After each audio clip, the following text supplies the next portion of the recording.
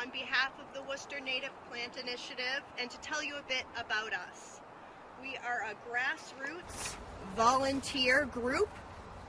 We started several years ago with a group of us who recognize the immediate urgency of climate change and habitat loss that humans are affecting on the planet as a whole and our individual ecosystems. We're watching rapid warming of our planet result in escalating hazards, more intense heat waves, heavier rainfall, flooding, and other weather extremes, causing risk to human health and safety, as well as wildlife and our ecosystems. Worcester Native Plant Initiative saw a way that we could make immediate positive change in our yards, in our neighborhoods, in our city, for our planet, which is in crisis. We're doing this by creating native plant habitats in areas of the city that may otherwise be planted in grass, like our garden here today, by planting in hot, dusty, dry medians, as we've done in Webster Square, by putting a monarch way station at Lakeview Park where there was just a grassy area, by educating our community so that people can turn their yards, their lawns, their neighborhood parks into habitat as well. What we have learned and what we're trying to teach others is that plants that we choose to plant matter, and that native plants matter. Native plants are not just plants that can survive in New England's climate. Native plants are of this region. They were here prior to the colonization of the Northeast. They've co-evolved over thousands of years with the wildlife of this region. Did you know that it's vital for our state bird, the black-capped chickadee, to have resources such as the beautiful oaks that the city has chosen to plant? When a pair of chickadees have a clutch of chicks, they need to feed those chicks 6,000 to 9,000 caterpillars in the 16 days that they're in that nest. And they only forage within a 150-foot radius. So one clutch of chicks requires 6,000 to 9,000 caterpillars in 16 days in a 150-foot radius. So why does that particular tree matter? Well, a native oak tree can host up to 500 species of caterpillars.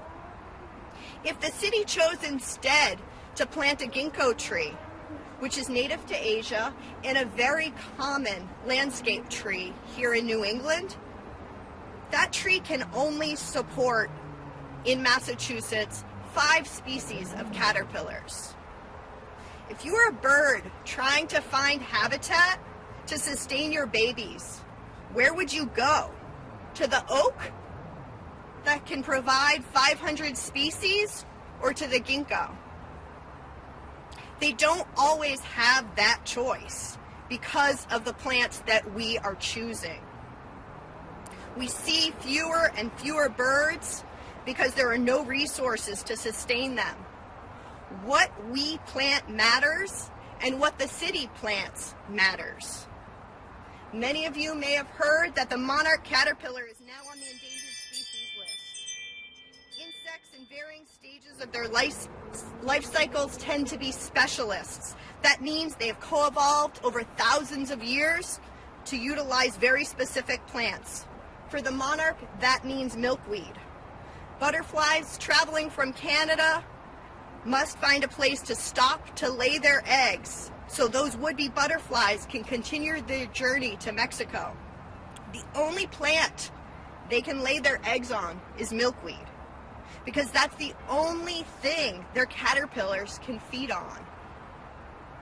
So the equation is simple.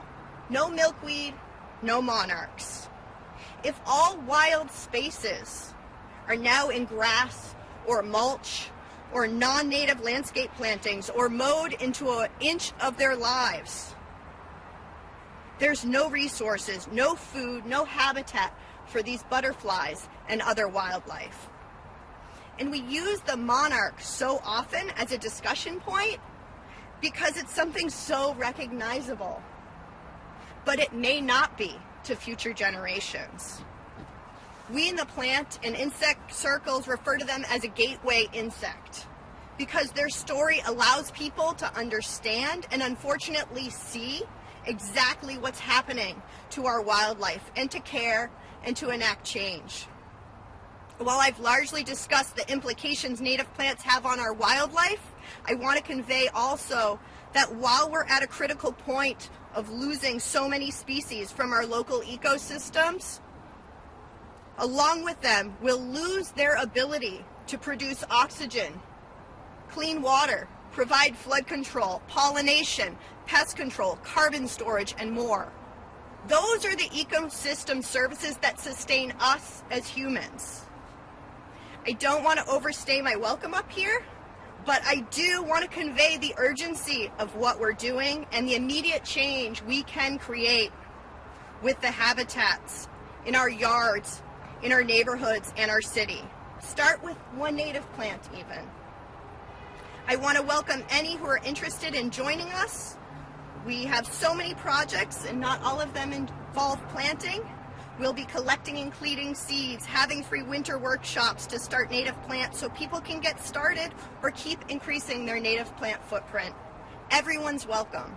Afterwards, I'm happy to answer any questions, but I welcome everyone to join the Worcester Native Plant Initiative Facebook page or come see me and I can add you to our email list.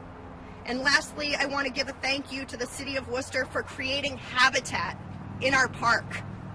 I hope this will be one of many. And to the amazing collaboration with the Greater Worcester Land Trust, the Worcester Garden Club, and the UU Church of Worcester for the funding, the hard work, and the plants. Thank you again.